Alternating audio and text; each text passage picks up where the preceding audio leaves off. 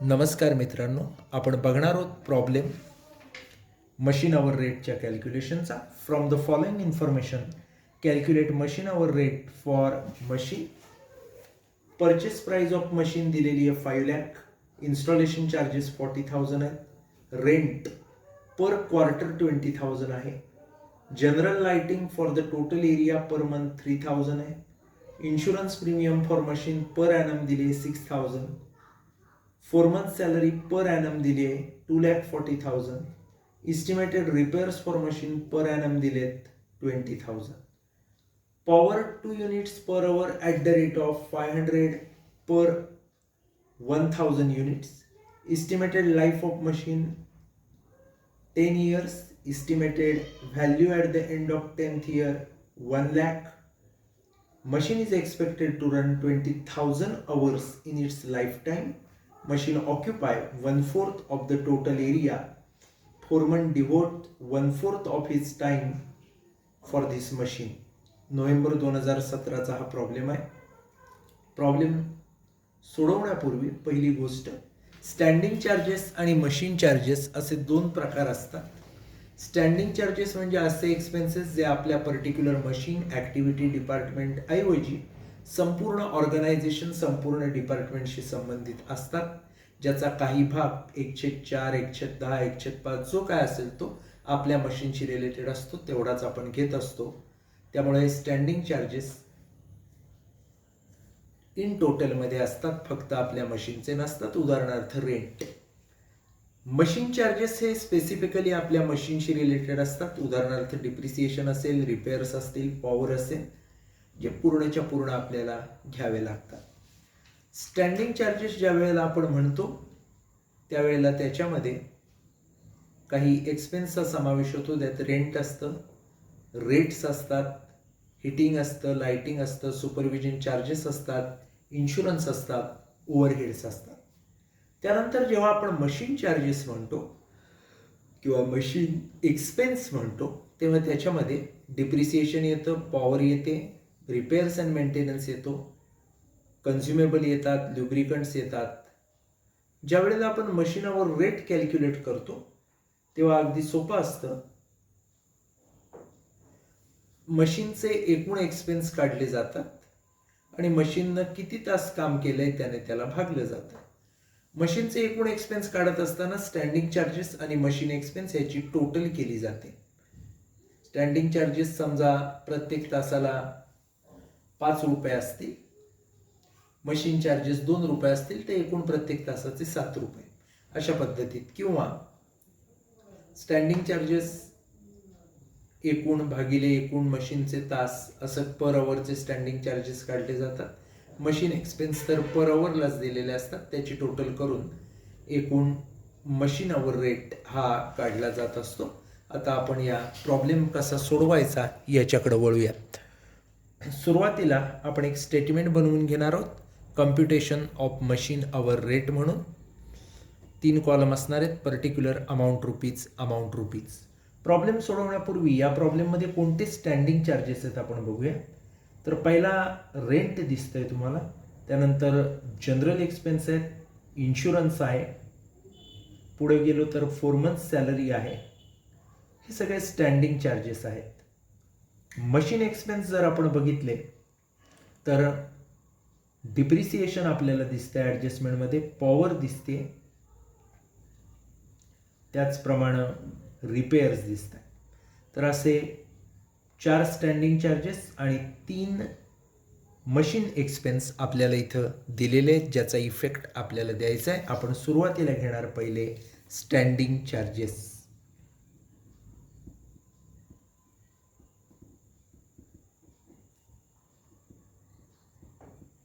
Standing charges घेत असताना 1 by 1 घ्यायचे. पहिला आपण रेंट म्हणालो होतो. रेंट घेत असताना आपल्याला क्लॅरिफाय केलेलं आहे की रेंट हे आपल्याला किती दिले बघा, पर क्वार्टर 20,000 रुपये दिलेला आहे. क्वार्टरला किती घेतात एका? 20,000 रुपये. क्वार्टर म्हणजे किती महिने असतात? तर 3 महिने असतात. सो 20,000ला पहिला आपल्याला कितीनं भागायला लागेल? 3नं काय करायला लागेल? भागायला लागेल. बरोबर का? मंथचं मिळवायचं झालं तर. पण इथं मंथचं मिळवायचं नाही, आपल्याला इयरचं मिळवायचं आहे. मग वर्षात किती क्वार्टर येतात? तर वर्षात क्वार्टर येतात 4. क्वार्टर म्हणजे 3 महिने. सो 20,000 गुणिले आपण किती करणार? 4. स्टँडिंग चार्जेस हे वर्षाचे मिळवायचे आणि मशीन एक्सपेन्स हे महिन्याचे मिळवायचे, हे लक्षात ठेवायचं. 20,000 गुणिले 4 केलं की आपल्याला उत्तर मिळेल 20,80,000. बरोबर.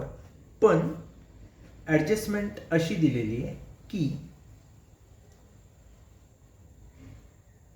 Machine ऑक्युपायज 1/4 of total area. एकूण एरियाच्या 1/4 एरियाच मशीन वापरतं. त्यामुळे 1/4नं गुणायचं किंबहुना 4नं भागावं लागेल.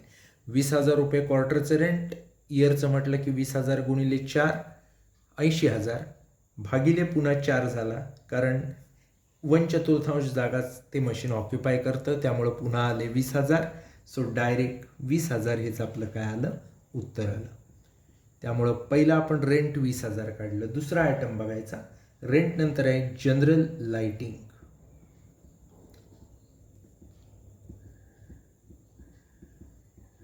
जनरल लाइटिंग बघत असताना general lighting for the total area per month इथं आपल्याला दिलेली आहे 3,000. मंथ दिले, वर्षाला महिने 12, त्यामुळं 3,000ला 12नं गुणायचं. एक लक्षात ठेवा, क्वार्टर म्हटलं की वर्षात 4 क्वार्टर, मंथ म्हटलं की वर्षात 12 मंथ्स, वीक म्हटलं की वर्षात 52 वीक्स, हे लक्षात ठेवायचं. 3,000 गुणिले 12. आता जनरल लाइटिंगबद्दल खालती काय माहिती दिलेली आहे ती देखील महत्त्वाची असणार आहे.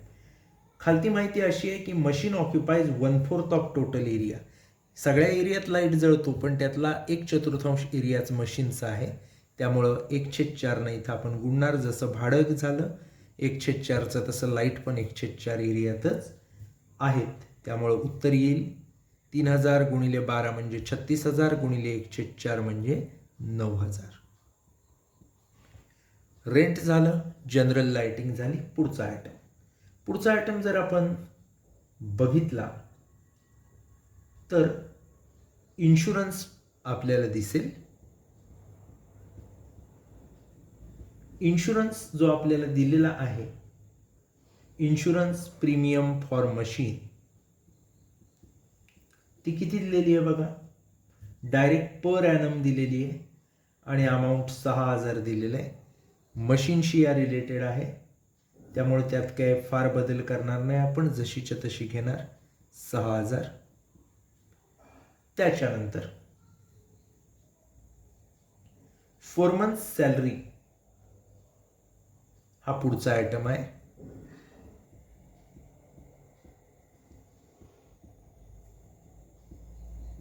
फोरमन्स सॅलरी देताना पर ॲनम 2,40,000 अशी दिलेली आहे. 2,40,000. ॲडजस्टमेंट जर आपण बघितली तर क्लिअरली म्हटलंय the foreman devotes 1/4 of his time for this machine. फोरमनच्या एकूण टाईमच्या 1/4 टाईम तो या मशीनला डिव्होट करतो. म्हणजे 2,40,000पैकी 1/4 एवढेच पैसे या मशीनशी रिलेटेड आहेत. सो 1/4नं गुणला आपण 2,40,000ला, म्हणजे आले बरोबर 60,000. आता खरी मजा आहे. आता या सगळ्यांची आपण टोटल घेणार. 20,000, 9,000, 6,000 आणि 60,000ची टोटल येते 95,000. हे जे 95,000 आले याला आपण म्हणणार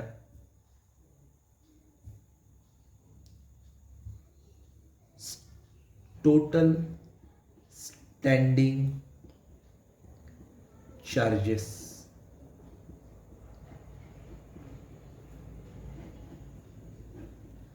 आपल्याला डायरेक्टली मिळालेले तिथं 95,000. यानंतर आपल्याला जे कॅल्क्युलेशन करायचं आहे ते म्हणजे स्टँडिंग चार्जेस पर आवर. बरोबर टोटल स्टँडिंग चार्जेस भागिले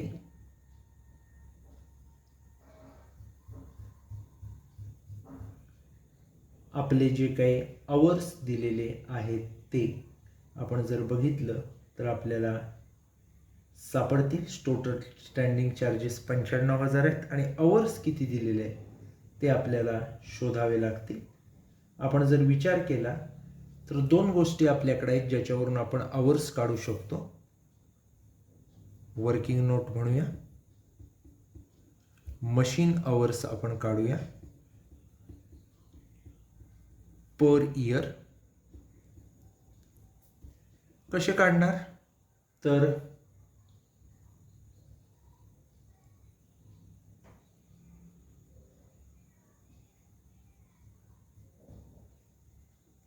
टोटल मशीन आवर्स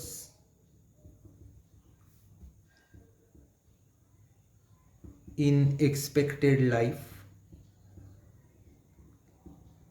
हे दिलेले आहेत आपल्याला भागिले इस्टिमेटेड लाईफ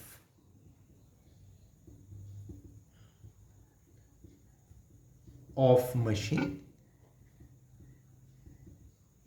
आपण जर विचार केला तर 20,000 आवर्स आपल्याला दिलेले आहेत. क्लिअरली म्हटलेलं आहे the machine is expected to run for 20,000 hours in its life. दुसरी गोष्ट आहे की estimated life of machine is 10 years. Life आहे 10 वर्ष. 20,000 आवर्स भागिले 10 म्हणजे प्रत्येक वर्षाला 2,000 आवर्स पर इयर. आता हे 2,000 आवर्स पर इयर आहे. सो आपल्याला घेताना 2,000 आवर्स घ्यायचे आहेत. Machine hours in year. So 95,000 standing charges आले. मशीन आवर्स 2,000 आहेत. 95,000 भागिले 2,000 जर आपण घेतलं तर डायरेक्ट आपल्याला 47.5 उत्तर मिळतं. 47.5 हा आपल्याला काय मिळाला स्टँडिंग चार्जेस पर आवर.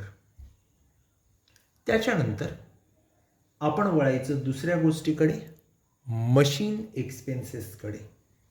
बी म्हणायचं खालती मशीन एक्सपेन्सेस. आता मशीन एक्सपेन्सेस घेत असताना पहिलाच आयटम आहे डिप्रिसिएशन. आता डिप्रिसिएशन हे आपल्याला कॅल्क्युलेट करून घ्यावं लागेल. इथं आपण वर्किंग नोट नंबर 2 करणार आहोत.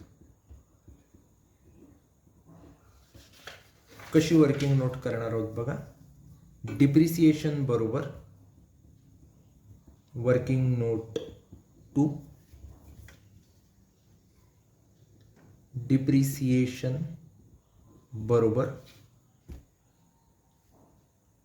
Cost of machine plus installation charges less estimated life of machine भागिले estimated scrap value of machine भागिले इस्टिमेटेड लाइफ ऑफ मशीन. हे जर बघितलं आपण तर आपल्याला कॉस्ट ऑफ मशीन दिलेली आहे त्या ठिकाणी 5 लाख आपल्याला दिसते.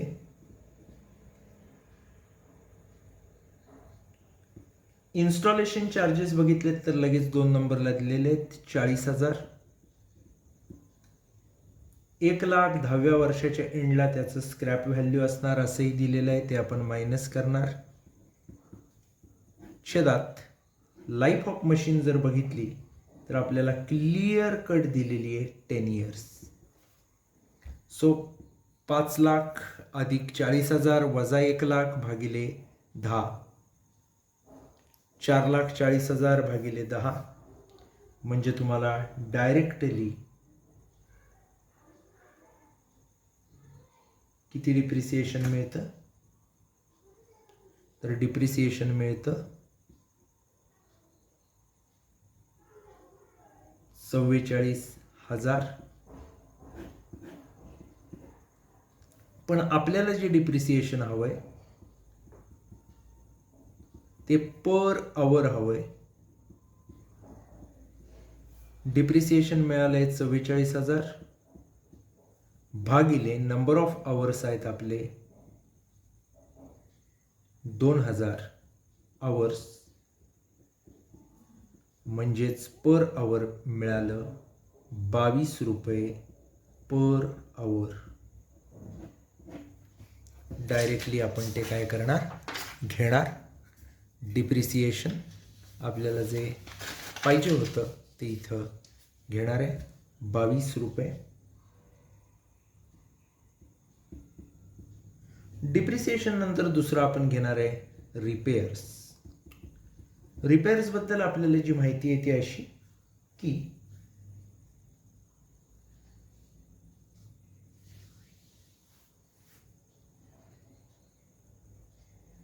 Estimated repairs for machine per annum 20,000 रुपये आपल्याला दिलेले आहेत. ते 20,000 भागिले आपले आवर्स जर बघितले मशीनचे तर 2,000, वर्षाचे 20,000 आणि वर्षाला तास 2,000, 20,000ला 2,000 भागलं की बरोबर आपल्याला 10 रुपये मिळतात. त्यानंतर आपल्याला तिसरं घ्यायचं आहे पॉवर.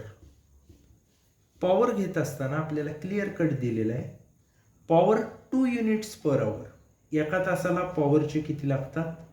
2 युनिट एका तासाला लागतात असं क्लिअर सांगितलेलं आहे. At the rate of 500 per 1,000 units. 1000 unit बनवायचे असले तर 500 रुपयाची पॉवर लागते, अशी आपल्याला माहिती आहे. मग आपल्याला पॉवर किती लागेल? एका तासाला 2 युनिट लागतात. 1000 युनिट बनवायला 500 रुपये लागतात. मग आपल्याला जे दिलेलं आहे त्याचा अर्थ असा होतो की आपल्याला जर पॉवर घ्यायची असेल तर वर्किंग नोट नंबर 3च्या माध्यमातून आपण ती काय करूया? घेऊया. Working note 3. पॉवर 500 रुपये 1000 युनिट,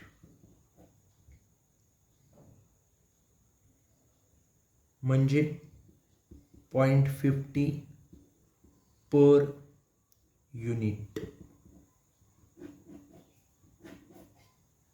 आणि पर आवर 2 युनिट्स,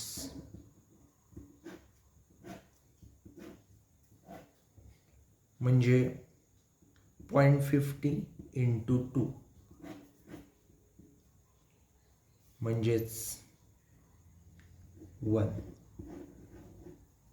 सो 1 रुपया आपल्याला इथे काय करावं लागेल? घ्यावा लागणार आहे. Directly 2 units into